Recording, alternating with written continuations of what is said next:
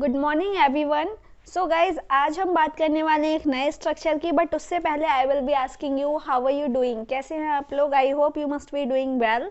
But अगर आप मुझसे पूछेंगे हाउ एम आई, तो मैं आपको बोलूँगी आई एम एक्साइटेड। जब भी आपको लगता हो कि आप एक्साइटेड हैं तो आप बोल सकते हैं भाई आपको किसी चीज़ की खुशी है, किसी चीज़ का इंतजार है। Although December is going on and we are going to celebrate it new year in few days. कुछ दिनों में हम न्यू ईयर भी सेलिब्रेट करने वाले हैं and we are excited for celebrating new year. तो गाइज आई एम एक्साइटेड, मैंने आपको अपने बारे में बता दिया। I am excited, we are going to have a party. हम लोग एक छोटी सी पार्टी ऑर्गेनाइज करने वाले हैं। सो गाइज हमारी प्लानिंग्स बनती रहती हैं। आई होप कि आप लोगों ने भी न्यू ईयर के लिए कुछ प्लान किया हुआ होगा एंड आपको उसी के बारे में बात करनी है। जैसा कि मैंने आपसे पूछा हाउ आर यू डूइंग, या मैंने आपसे पूछा व्हाट्सअप। जैसा कि मैं आपसे हमेशा पूछती हूँ कैसे हैं आप लोग, तो आपको उसका जवाब देना भी मैंने आपको बताया है कि कैसे बोलना है। सो गाइज हमें जब भी बताना है हाउ आर यू या व्हाट्सएप का जवाब बताना है कि व्हाट्सएप भाई क्या चल रहा है आपकी लाइफ में, तो हमें करंट अफेयर्स बताना है। मतलब करंट जो अभी हमारे साथ हो रहा है उसके बारे में बताना है। जब हमारे पास कुछ नया नहीं होता है तब हम पीछे का बताते हैं कि भाई सब ठीक चल रहा है, या आने वाले टाइम के लिए जो हम प्लानिंग कर रहे होते हैं वो बताते हैं। सो अभी हम बात कर रहे हैं न्यू ईयर की। न्यू ईयर आने वाला है and we are going to have a lot of plannings. हमारे पास बहुत सारी प्लानिंग्स भी होती हैं। हर किसी का मन होता है, चाहे बड़े हो बच्चे हों, हर किसी का मन होता है कि वो कुछ ना कुछ स्पेशल करें, फैमिली के साथ टाइम स्पेंड करें, घर पे रहें, बाहर घूमने जाएं, बाहर डिनर करें, या घर पे कुछ नया नया खाने के लिए बनाएं। तो गाइज आप इसके बारे में बता सकते हैं कि आप अपना न्यू ईयर कैसे सेलिब्रेट करने वाले हैं। So I am excited. We are going to have a party at home. So we have invited some of our guests, some of our friends to have a fun on New Year. अब बात करते हैं structure की। जैसा कि आप देख सकते हैं यहाँ पे आपको केवल 2 लाइनें दिखाई दे रही हैं और दोनों ही मैं आपको एक्सप्लेन करने वाली हूँ।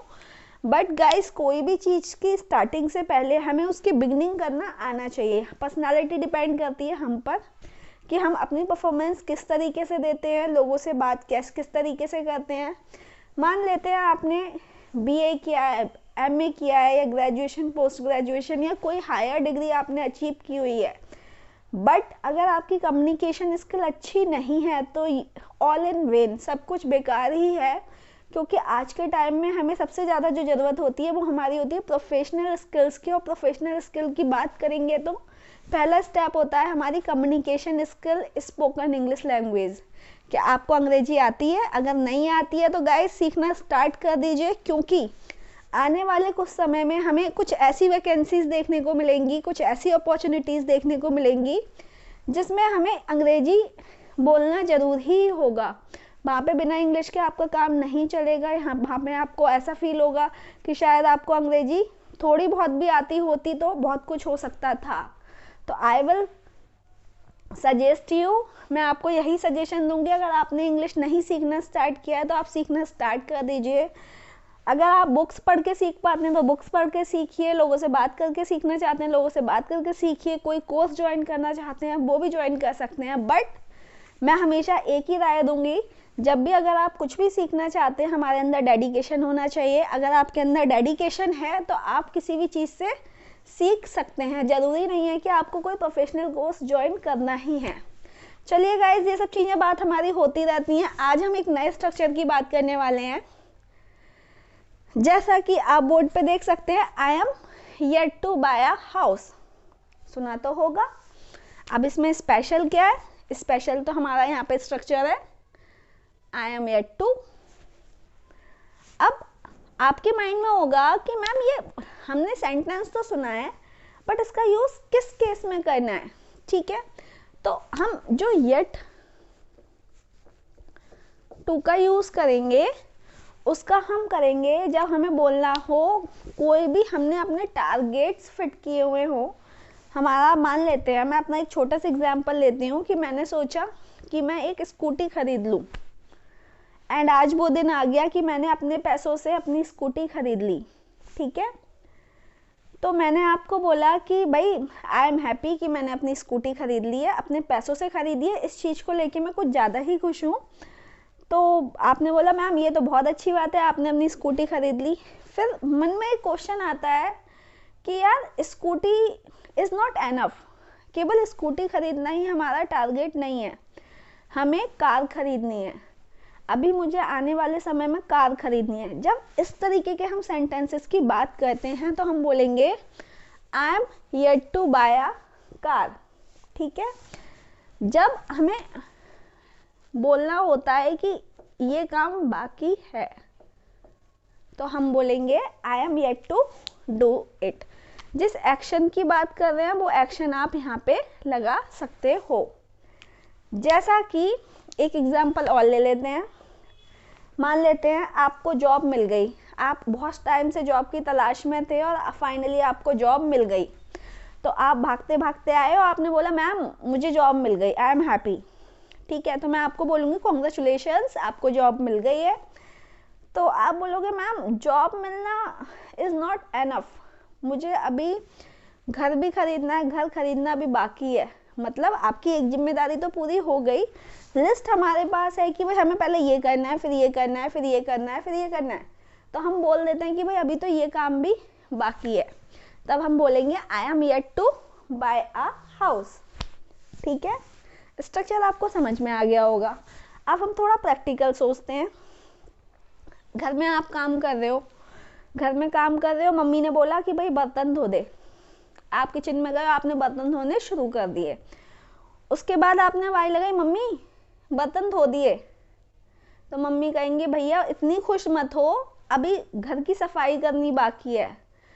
तो आप अपने बारे में बताओगे भाई अभी मेरे लिए सफाई भी बाकी है, I am yet to clean the house. ठीक है, मुझे आपको बहुत कुछ सिखाना बाकी है, अभी तो मैंने आपको एक हिंट दी है, बट अभी मुझे आपको बहुत सारे स्ट्रक्चर्स सिखाने बाकी हैं। तो I am yet to teach you so many structures. जब हम बात करते हैं कि भाई ये चीज़ बाकी है तो येट टू की बात करेंगे। अब आपके माइंड में फिर से एक क्वेश्चन चल रहा होगा, क्योंकि वी आर इंडियंस, हमारे माइंड में एक क्वेश्चन खत्म होता है तो दूसरा स्टार्ट, दूसरा खत्म तो तीसरा स्टार्ट।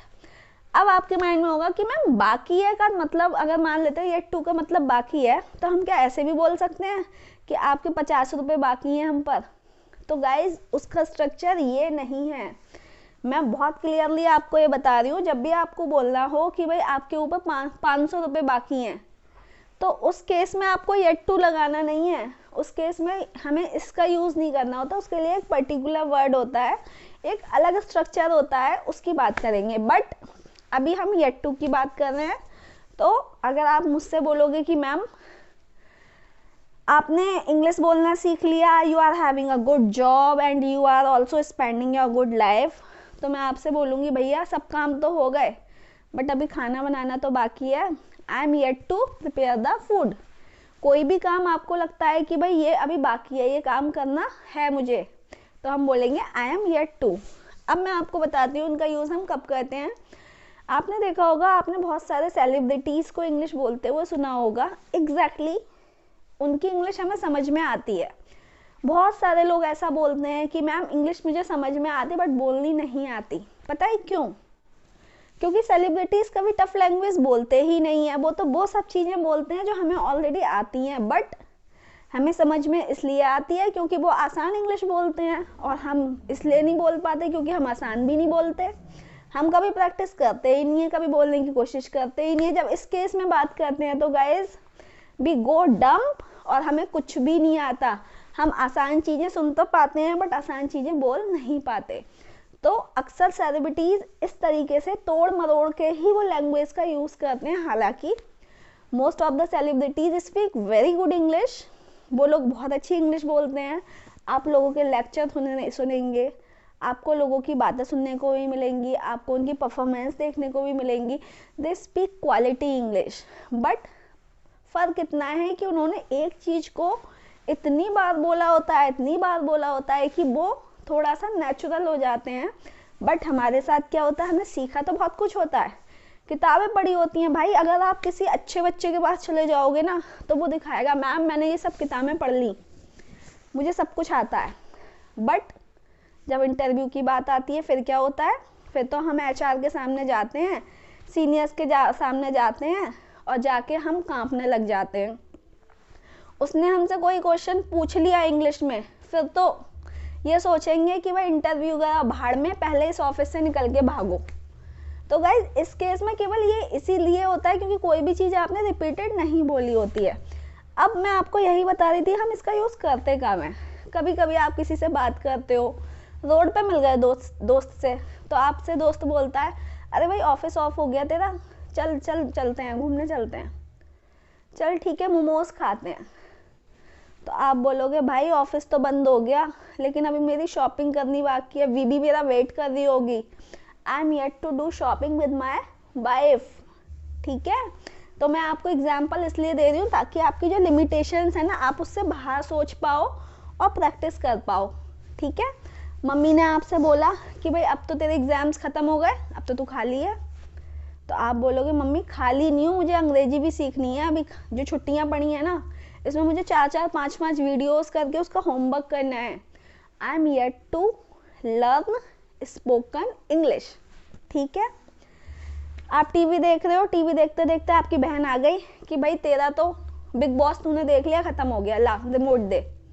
तो आप उसको क्या बोलोगे कि भाई बिग बॉस तो हो गया बट अभी मुझे न्यूज़ सुनना बाकी है, I am yet to listen to news. ठीक है, फ़ोन आपसे आप फ़ोन चला रहे हो, आपकी मम्मा ने बोला तूने पूरे दिन चलाया है फ़ोन, ला फ़ोन इधर दे। तो आप बोलोगे मम्मी फ़ोन चला के मैं टाइम पास नहीं कर रहा था, मैं ऑनलाइन पढ़ाई कर रहा था और अभी मुझे प्रैक्टिस करनी बाकी है। तो आप बोलोगे I am yet to do practice. ठीक है, इस केस की बात करेंगे तो हम बोलेंगे आई एम येट टू।